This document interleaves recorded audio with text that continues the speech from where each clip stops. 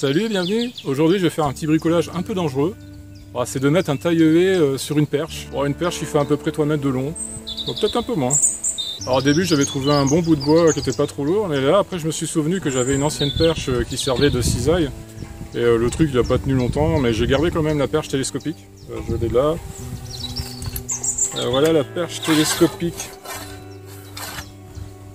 Je vous montrerai tout à l'heure tout ce que j'ai besoin comme matériel. C'est une expérience que je recommande pas de reproduire chez soi, parce que c'est pas du tout homologué, c'est pas du tout conventionnel. Et c'est un petit peu dangereux. Parce qu'en fait, on a le taille-haie qui est... En fait, il est équilibré. Alors voilà le taille-haie, moi je cache la marque. Et là, j'ai commencé à mettre un fil de fer pour voir l'équilibre. Et on voit, il est assez équilibré.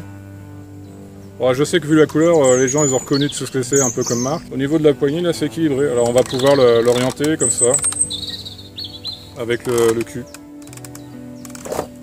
J'ai essayé un petit peu en vitesse, c'est limite un peu lourd quand ça arrive tout au bout. Après, il faudra bien avoir un support au niveau de la taille. Quitte à avoir peut-être une ceinture et caler le bout de la perche avec une ceinture. Comme on a un bon taille-haie chez nous, je me suis dit, c'est pas la peine de racheter un taille-haie sur perche. Surtout que vu le prix, nous on n'a pas trop les moyens de mettre ça dans ce genre de matériel. C'est pour dépanner, ça évite, parce qu'on n'a pas tant d'herbe à tailler en hauteur. Et puis comme ça évite de racheter du matos qui sert une fois l'an.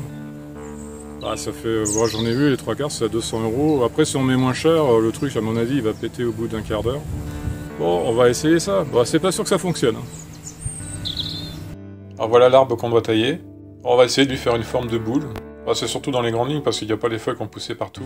Au niveau matériel, c'est assez simple ce qu'on a besoin. Une perche comme un grand bout de bois comme on le voit ici. Ou alors la fameuse perche télescopique que j'ai montré tout à l'heure.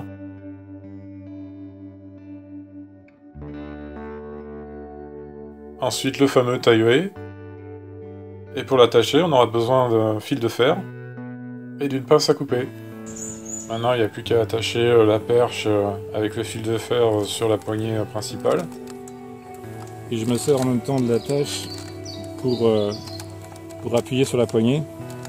Et là, il ne me reste plus qu'à faire l'autre côté.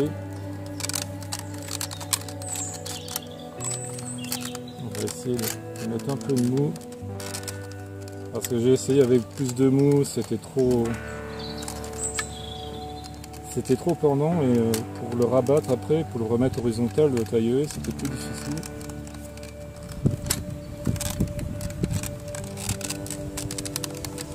Voilà.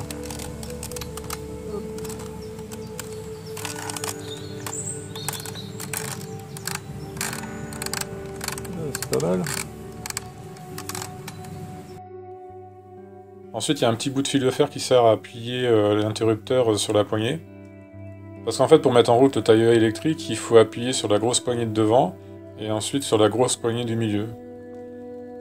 C'est là que c'est un peu dangereux, c'est parce que c'est des sécurités. En fait, on est vraiment obligé d'avoir les deux mains posées sur l'appareil pour mettre en route l'appareil. Et là, ce que je suis en train de faire, c'est de chanter les deux sécurités, quoi. Et c'est vraiment pas recommandé. Je conseille pas de faire ça chez soi. C'était surtout pour montrer que des fois, on peut faire du bricolage temporaire, on peut toujours s'arranger si des fois on n'a pas trop les moyens. Mais après c'est à risque et péril.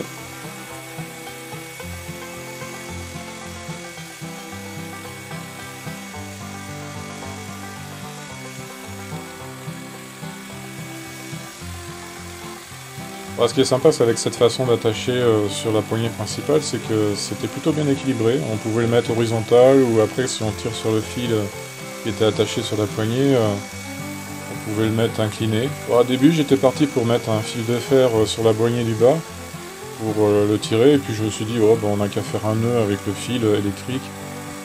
Et comme ça fait un fil en moins et ça réduit la dangerosité.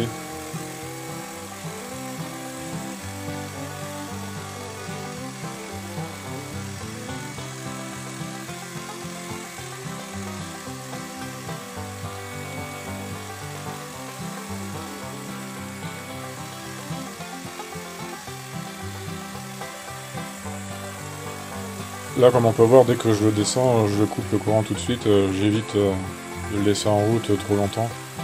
Je me suis arrangé pour laisser prendre la prise électrique, comme ça j'ai un accès tout de suite avant d'atteindre le taille-haie. Ça réduit un peu les dangers.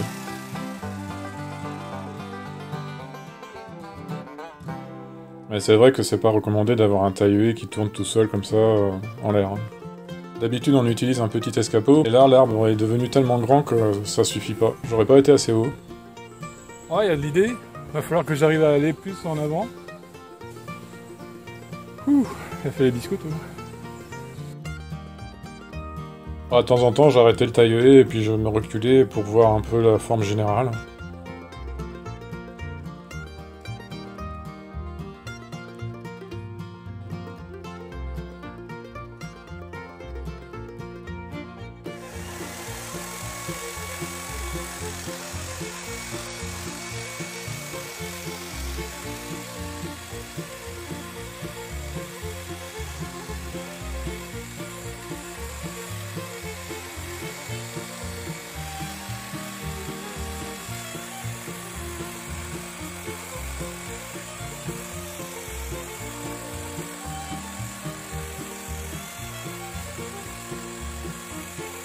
Après ça n'a pas été très long, ça a duré 10 minutes à un quart d'heure pour faire le haut et après j'ai juste eu à enlever le fil de fer et puis reprendre le tailler en fonctionnement normal. Et puis là déjà c'est beaucoup moins fatigant que de le mettre sur une perche.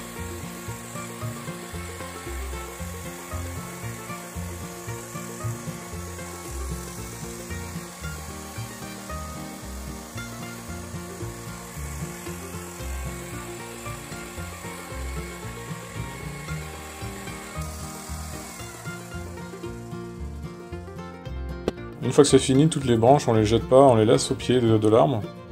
Ça fait une petite couverture au sol qui va se dégrader tout au long de l'année et ça va profiter à l'arbre qui a été taillé.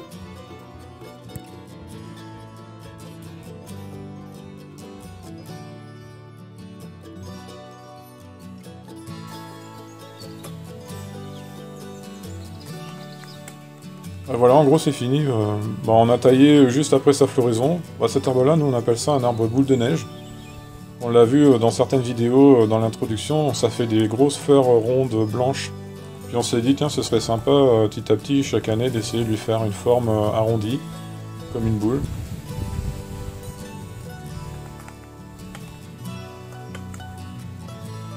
Au début, il n'avait pas cette forme-là, il était plutôt en forme d'éventail. Bon, bah voilà. Après, peut-être qu'il y aura besoin de faire un deuxième coup. Bon, ça dépend. Bon, les deuxièmes tailles, c'est plutôt rare, mais des fois, ça arrive qu'il y a des branches qui poussent très vite, tout en longueur. Bon, bah voilà à peu près tout pour l'expérience interdite, avec un bricolage un peu dangereux. Je vous conseille pas trop de faire ça chez soi, mais bon, si des fois ça peut aider. Mais en tout cas, attention au taille-haie qui est toujours en route. C'est assez dangereux comme manipulation. Mais c'était surtout dans l'optique de montrer qu'avec le matériel qu'on a déjà à disposition, des fois on peut toujours s'arranger avec un peu de système D.